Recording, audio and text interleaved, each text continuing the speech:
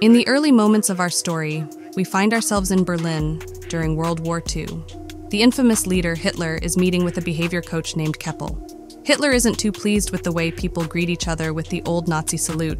He grumbles that even though it's old-fashioned, people should at least raise their hands up a bit and show respect. He goes on to explain how he's done everything in his power to destroy the enemies who invaded their land. He's bewildered by the fact that he's still here. Our next scene takes us to a forest where Hitler wakes up on the ground. He gazes at the sky and realizes that the enemy aircraft are nowhere to be seen. He figures they must be taking a break. Out of nowhere, a ball bounces over to him and stops nearby. He picks himself up and walks toward a building behind some bushes. 3 curious kids approach him and ask if he's okay. Hitler looks at them and thinks they represent the future of Germany. Politely, he asks them for directions to the nearest street. Just then, a reporter named Fabian Sawatzki is filming the kids with his camera. Hitler is visible in the background. He grabs his army cap, mutters to himself about heading to the Führer bunker, and leaves for the street. As he steps onto the road, he's astounded by people riding one-wheeled bikes. He feels like people are capturing him on their cameras and mumbles about how things have gone crazy, even though the rubble is gone. He touches a modern car and wonders if he's been in a coma and missed a victory. He realizes he's in the dark about what's going on and decides to gather more information. He approaches a man and asks for directions to the chancellery, but instead of an answer, the man just wants a photo. The camera flashes from the crowd of people disturb him as they take pictures one after another. Confused by the strange events happening around him, Hitler walks away. He notices a woman talking in German on her phone. He gets closer and asks her about the current date. The woman gets frightened and sprays something in his eyes. And so begins the unexpected journey of a lost man from a different time, trying to make sense of the unfamiliar world around him. Our story takes a turn as Hitler's eyes sting, turning reddish, and his vision blurs. In pain, he stumbles and makes his way to a nearby newspaper shop. His shock knows no bounds when he sees the date, October 3rd, 2014, written on the paper, causing him to collapse. Meanwhile, at a TV station, the boss, Kardner, commends Mr. Christoph Sensenbrink for his great work as the deputy's head. However, Kardner surprises everyone by naming Miss Katja Bellini as the managing director instead. This leaves Christoph shocked and unhappy. He vents his frustration on a struggling filmmaker named Fabian, who, despite his efforts, gets fired and escorted out by guards. Back at the news shop, Hitler wakes up and questions the owner about the date. To his disbelief, it is indeed 2014. A confused Hitler wonders if he's been kidnapped, or if this is a trick by the enemy's secret service. He even threatens the shopkeeper, but in return, the shopkeeper offers him a bar of chocolate. Hitler reluctantly opens it and deems it industrially pressed grain. He questions if there's still a shortage of bread, and the shopkeeper, mistaking him for an actor, inquires if they are filming a documentary nearby. Hitler reveals his true identity as the Führer, and then his attention is drawn to a Turkish newspaper. He asks if the shopkeeper has Stürmer or Panzerbar. The shopkeeper explains that he has more Turkish customers, leaving Hitler astonished by the presence of Turkish people in Berlin. He begins gathering information from the newspaper and, while reading, despairs that he didn't win the war, and Germany has been handed over to women with no charisma. He also laments the existence of Poland, considering the war a total waste. In another part of the city, Fabian, who was fired from his job, watches a video report on soccer and feels disheartened. His mother comforts him, and as they notice Hitler in the background, Fabian is astounded by the person who bears an uncanny resemblance to Hitler. Back at the shop, the shopkeeper asks Hitler to step outside. Hitler grumbles about being asked to work and is advised to clean his stinking clothes. He visits a nearby laundry place and requests them to clean his uniform. Since he can't walk away naked, he asks if they have another uniform. In the next scene, we see Hitler returning to the news shop, now wearing jeans and a sweater. At the same time, Fabian has somehow tracked him down and waits in the shop. Fabian is amazed by Hitler's appearance and asks if he can film him as he explores modern Germany. Hitler agrees, and Fabian borrows some cash and a car from his mother to begin their journey together. After their journey, Hitler and Fabian find themselves in a hotel where Hitler is fascinated by the television. He decides to discuss politics in Fabian's presentation, so they set off to gather people's opinions on politics. After talking to the people, Hitler is surprised to see that democracy hasn't had a significant impact during his absence. He notices people are discontent and filled with suppressed anger, much like the 1930s, but now they call it political disenchantment. People express concerns about immigrants, which leads Hitler to reinforce his belief that mixing races doesn't work. Later, Fabian becomes curious about Hitler's unique mustache, and Hitler reveals that he trimmed it to fit a gas mask during World War I.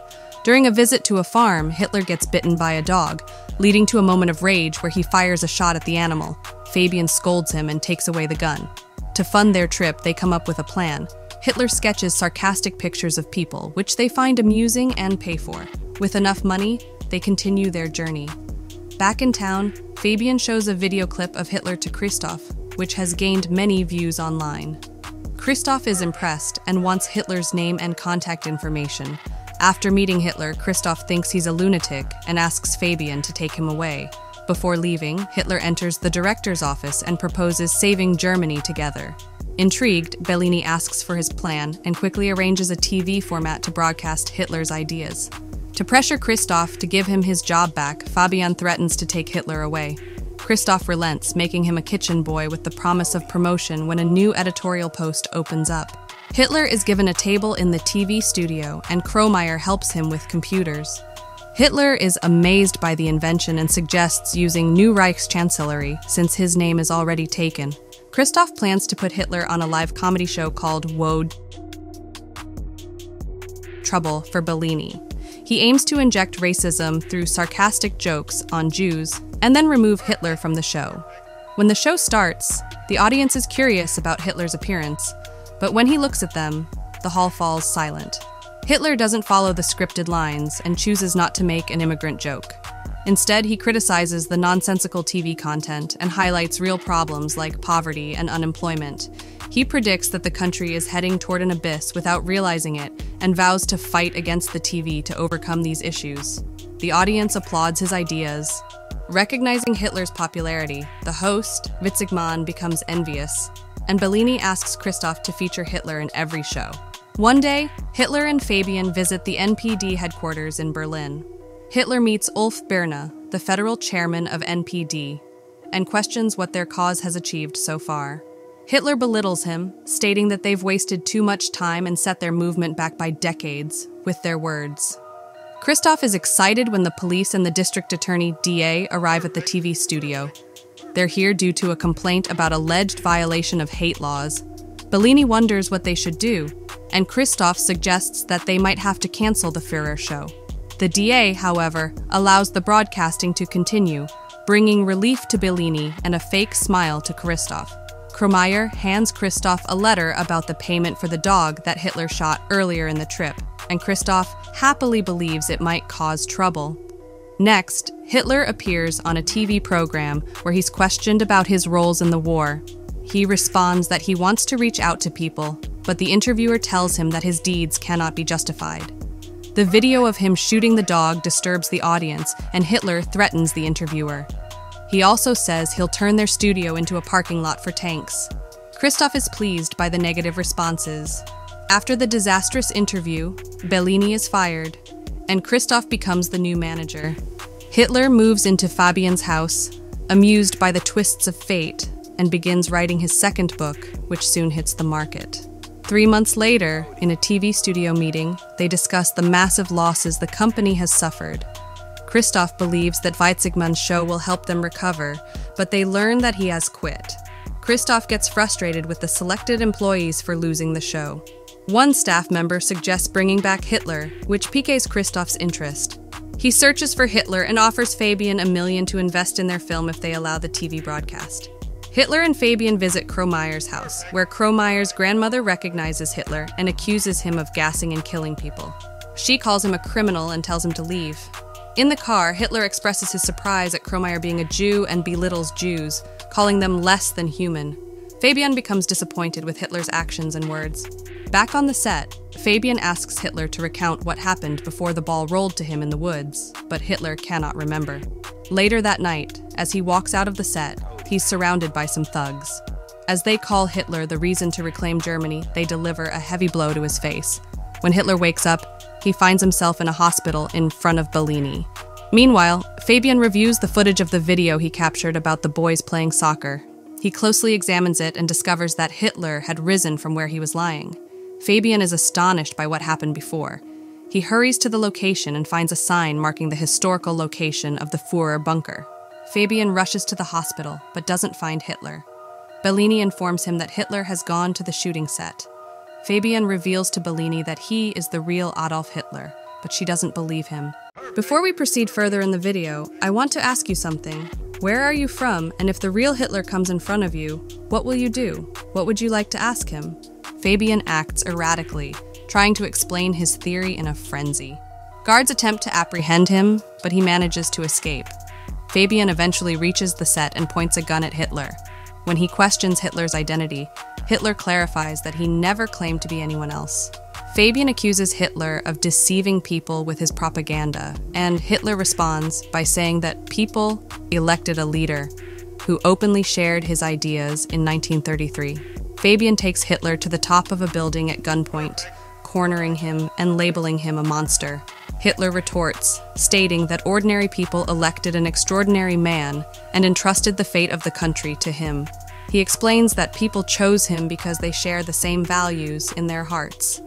In a fit of rage, Fabian shoots Hitler, causing him to fall from the building onto the street. Suddenly, Fabian hears Hitler's voice, claiming that no German can get rid of him. To his surprise, Hitler, who was just thrown down, reappears right behind him. Just then, Bellini calls for a cut in the studio, and everyone cheers for the shoot. It turns out that it was just a film shoot, and a random actor played the role of Fabian. Hitler then asks everyone to remember the comrades who couldn't be with them. Somewhere else, Kromeyer is sobbing while seeing Fabian from a hole in the mental ward. Hitler and Bellini are busy giving autographs and interviews to people after the success of the film. As they pass by a car, people on the street show respect and fondness for Hitler. The film ends with a message to subscribe for more videos, turn on notifications, and leave a like to support the channel. Thanks for watching.